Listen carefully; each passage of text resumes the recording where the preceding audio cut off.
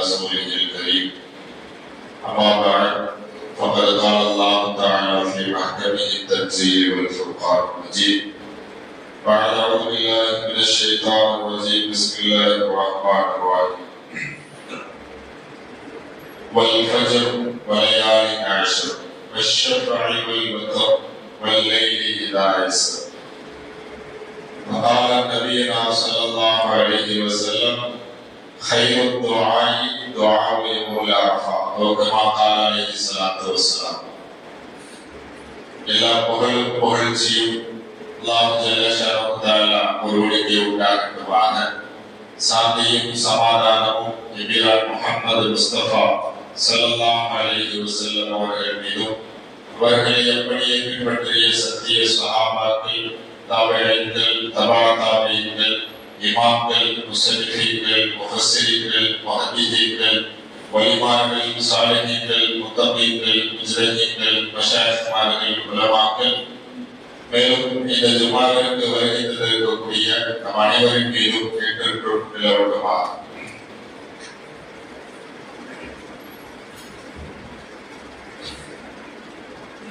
அல்லாஹ் நமக்கு அளித்த பேருபகாரம், அல்லாஹ் நம் மீது பொழித்த பெரும் கருணை, துல்ஹஜ் மாதத்தினுடைய சிறப்பான 10 நாள்களில் நாம் அமர்ந்திருக்கிறோம்.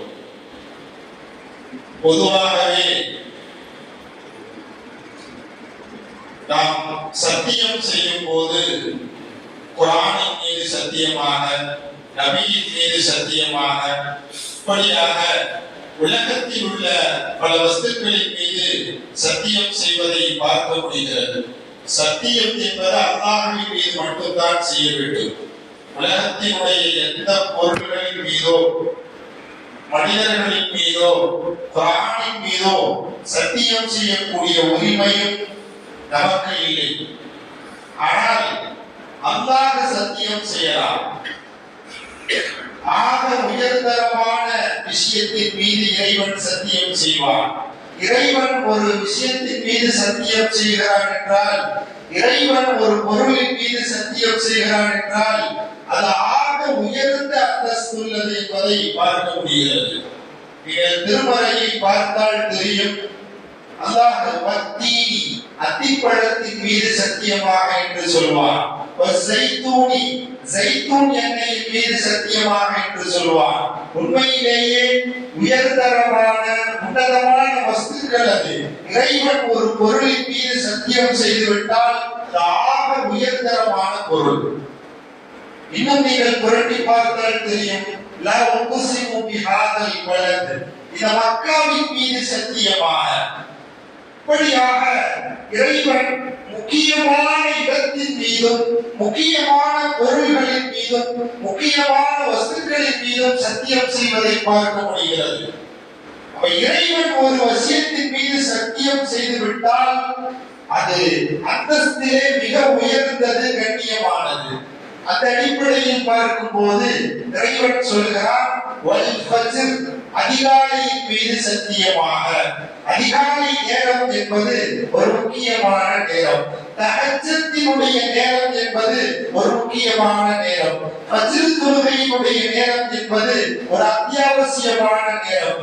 இறைவனுடைய பரக்கத்துகளையும் இறைவனுடைய அபிவிருத்திகளையும் அடியார்கள் அள்ளி எடுத்து செல்லக்கூடிய ஒரு உன்னதமான நேரம் அந்த நேரம். நீங்க ஹதீஸை பார்த்தால் தெரியும். ஒவ்வொரு நன்மைகளுக்கும் ஒவ்வொரு விதமான கூலியை இறைவன் வைத்திருக்கிறான். நோன்பு வைத்தால் ரய்யான் என்ற சொர்க்க வாசலை நுழையலாம், அல்லாஹ் தாகம் தீர்ப்பான். தொழுதால் அல்லாஹ் தஆலா மாளிகையை வைத்திருக்கிறான். இப்படியாக ஒவ்வொரு அமலுக்கும் அல்லாஹ் ஒவ்வொரு கூலிகளை தெரியப்படுத்தி விட்டான். ஆனால் அல்லாஹ் தெரியப்படுத்தாத ஒரு கூலி என்றால் அது தஹஜ்ஜத் தான். தஹஜ்ஜத்தினுடைய கூலி என்னன்னு அல்லாஹ் சொல்லவே இல்லை, நபியின் மூலமாகவும் அறிவிக்கவில்லை.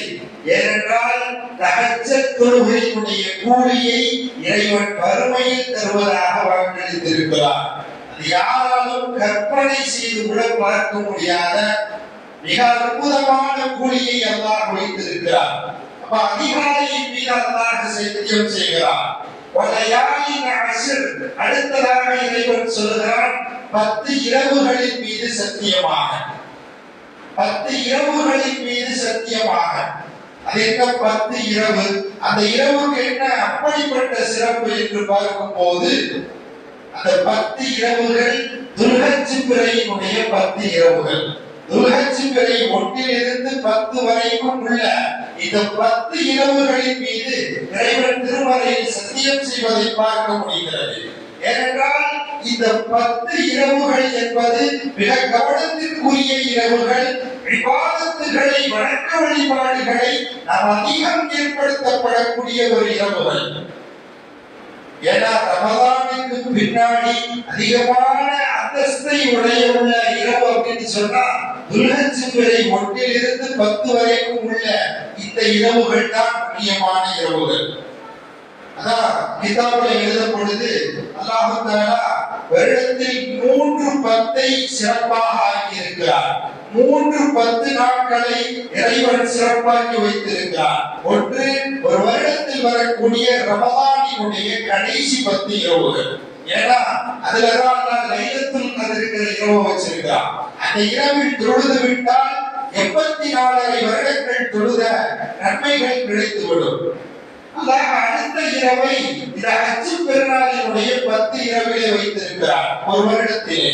அதற்கடுத்ததாக முஹர்ரம் மாதத்தினுடைய முதல் 10 நாட்களை அல்லாஹ் வைத்திருக்கிறார். ஏனென்றால் அதில் ஆஷுராவினுடைய தினம் வருகிறது.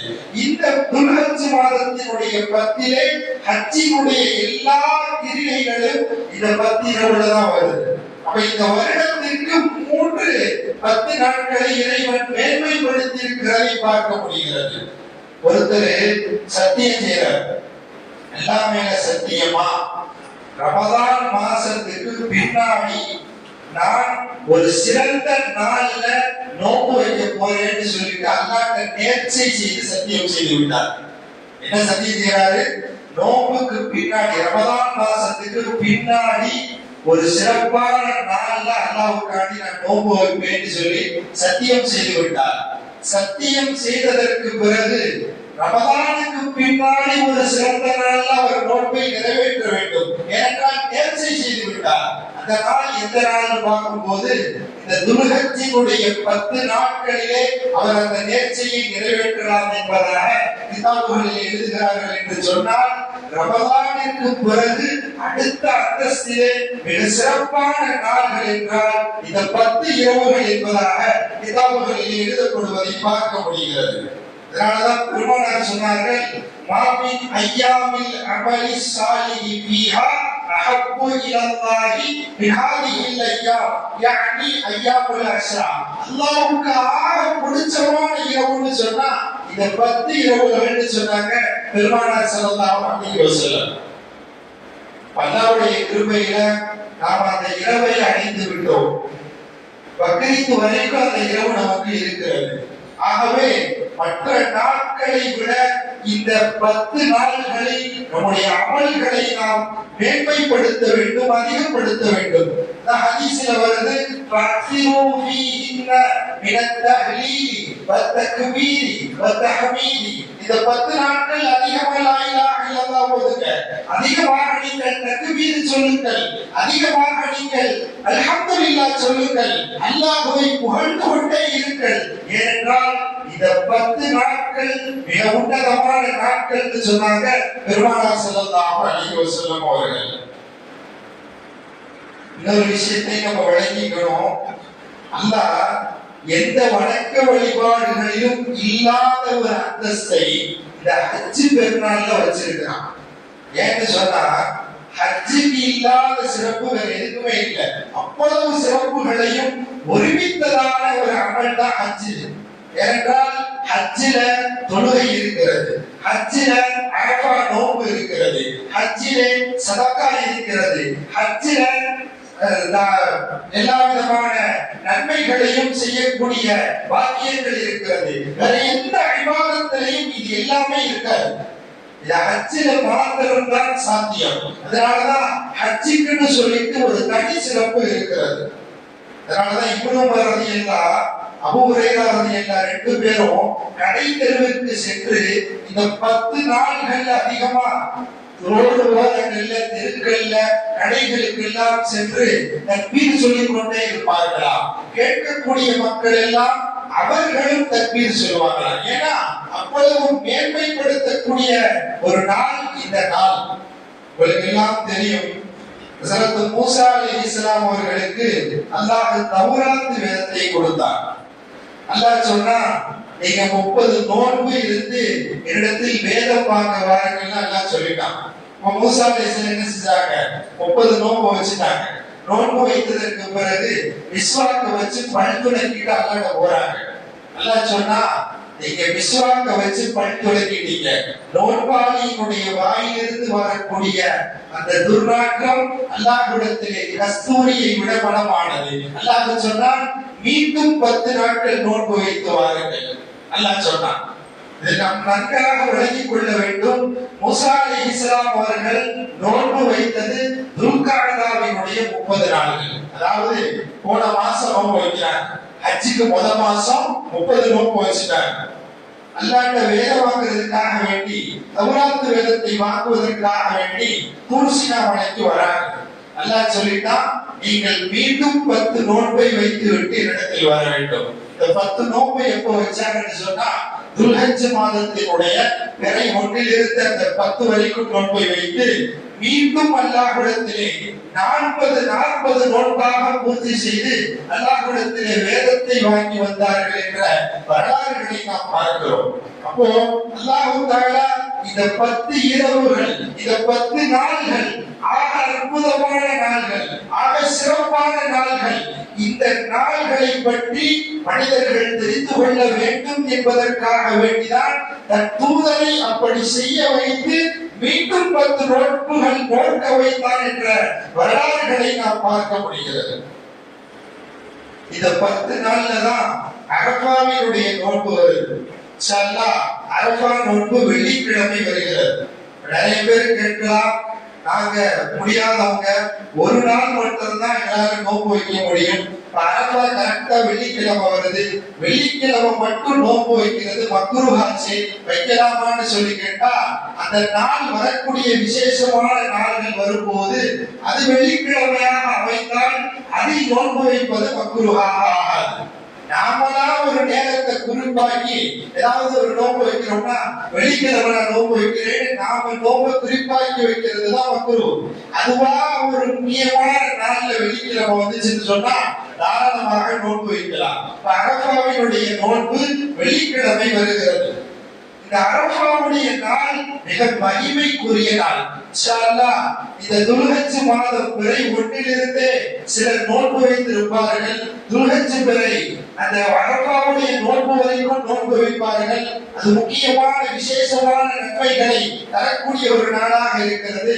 இல்ல முடியாதவர்கள் அரஃபா அன்று கண்டிப்பாக நோன்பு வைக்க நாம் முயற்சிக்க வேண்டும். ஏனென்றால் அரஃபாவை பற்றி ஹதீஸை பார்க்கும் போது கைரு துஆஇ துஆஉ யௌமுல் அரஃபா, அல்லாஹ்விடத்திலே பிரார்த்தனை செய்யும் போது பிரார்த்தனைகளிலே மிகச்சிறந்த பிரார்த்தனை அரஃபாவினுடைய தினத்திலே கேட்கக்கூடிய பிரார்த்தனை, கேட்கக்கூடிய துஆவை அல்லாஹ் உடனே அங்கீகரிக்கிறான்னு சொன்னாங்க பெருமானார் ஸல்லல்லாஹு அலைஹி வஸல்லம்.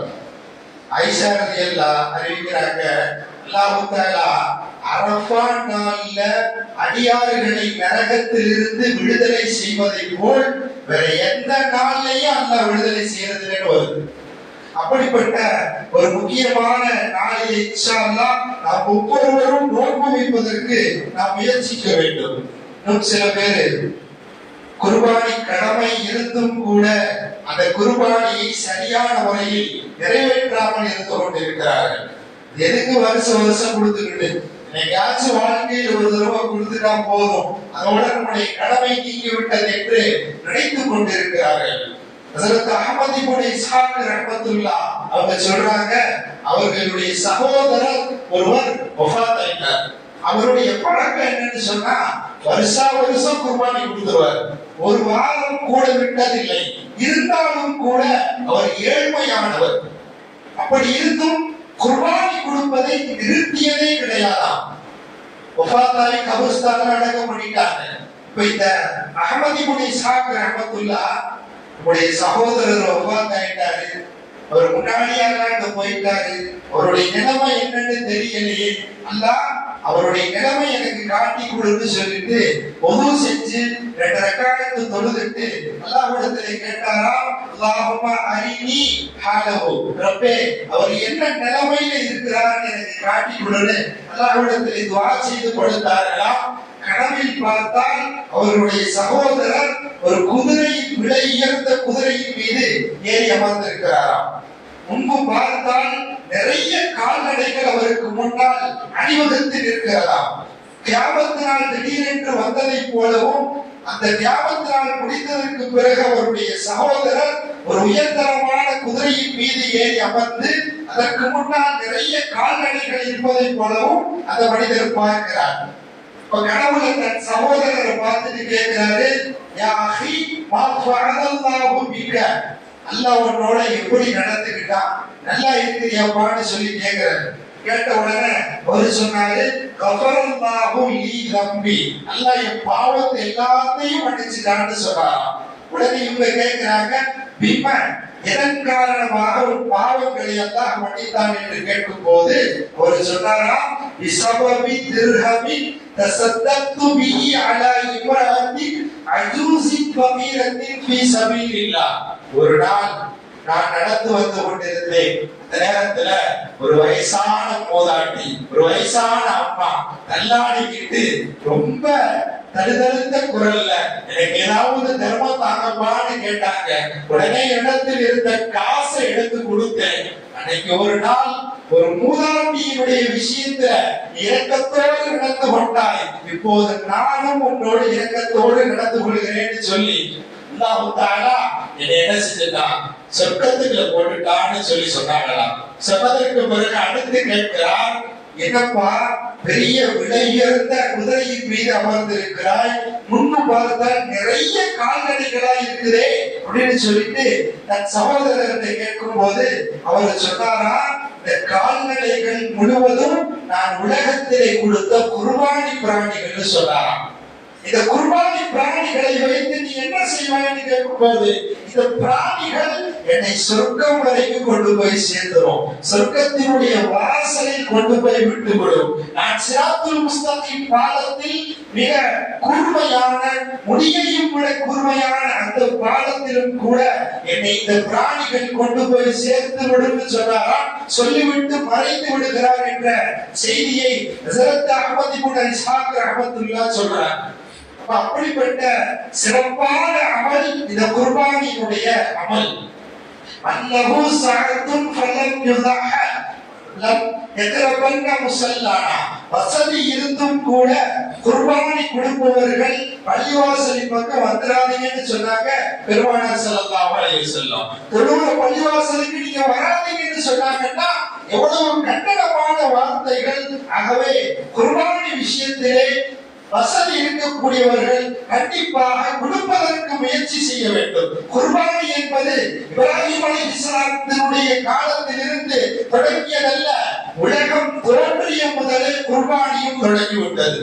நீங்கள் வரலாறுகளை பார்த்தால் தெரியும்.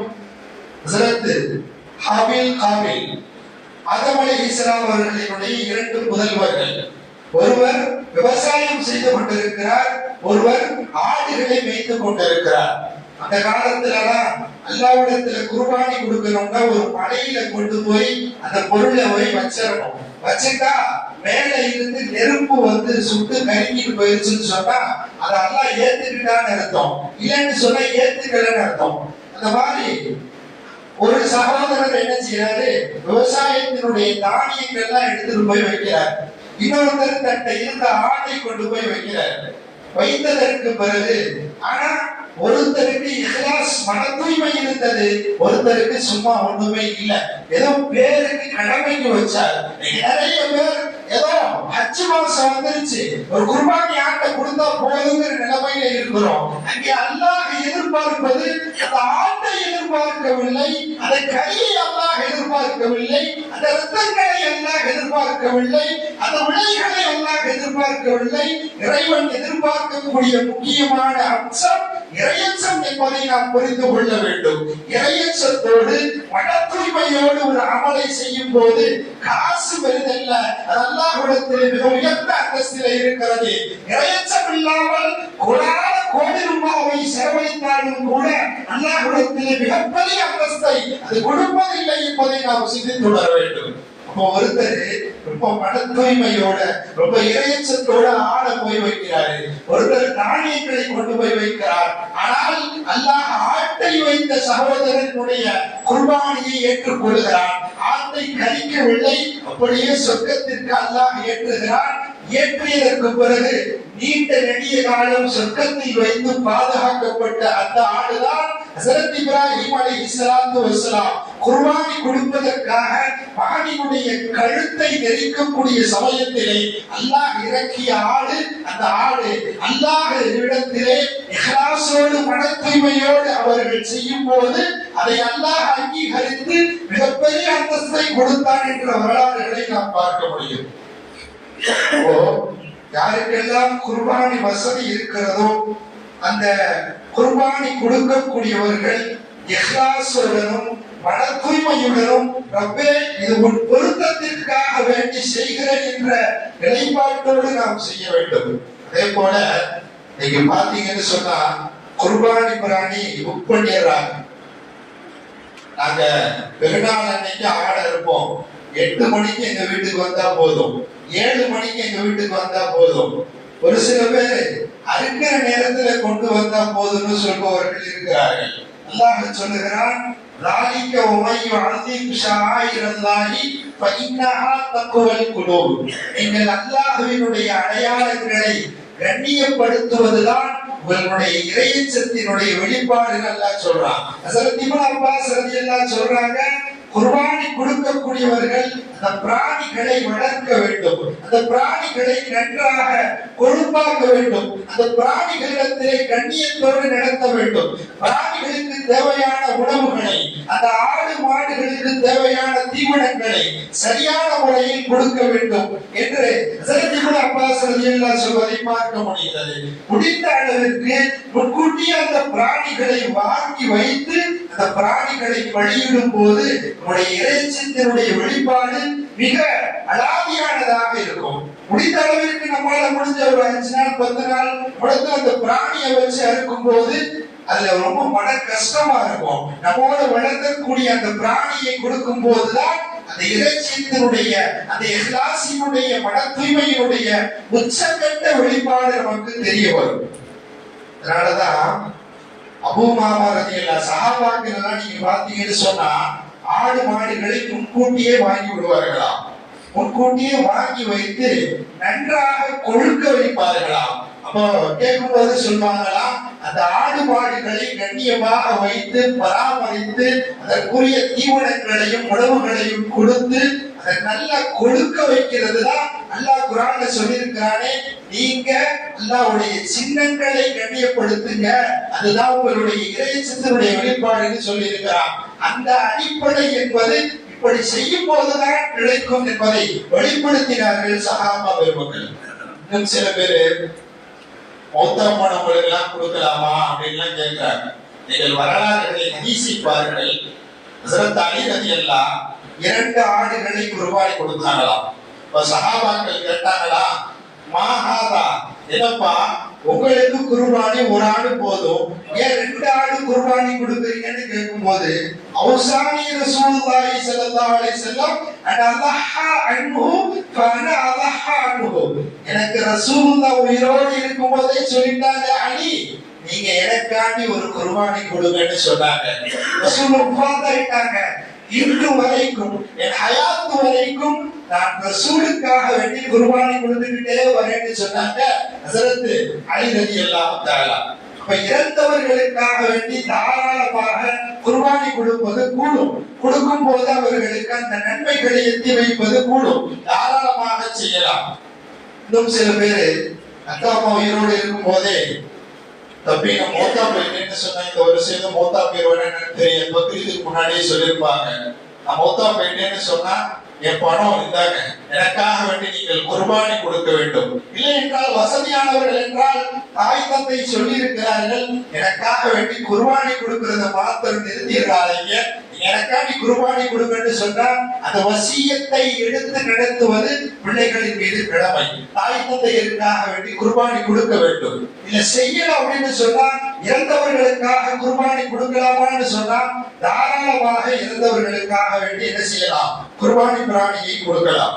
இதே போல குர்பானி கொடுக்கக்கூடிய நாள் துல்ஹஜ் பிறை 10 - 12 சூரியன் மறையும் வரை, பிறை 12 வரைக்கும் சூரியன் மறையும் வரைக்கும் என்ன செய்யலாம், குர்பானி கொடுக்கலாம்.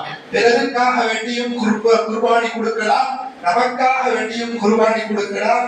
குர்பானி பிராணிகளில் ஆக சிறந்த பிராணி ஆடுதான். ஆகவே ஒவ்வொருவரும் குர்பானி கொடுப்பதற்கு நாம் முயற்சிக்க வேண்டும். இன்ஷா அல்லாஹ். அல்லாஹ் தஆலா யாரெல்லாம் குர்பானி கொடுக்க இருக்கிறார்களோ அவர்களினுடைய குர்பானிகளை அல்லாஹ் பொருந்திக் கொள்வானாக, அல்லாஹ் அங்கீகரிப்பானாக. அனைவருக்கும் அல்லாஹ் ஹஜ் உம்ராவினுடைய நசீபை வழங்குவானாக. பாஹிர் தாவானா அல்ஹம்துலில்லாஹி ரப்பில் ஆலமீன்.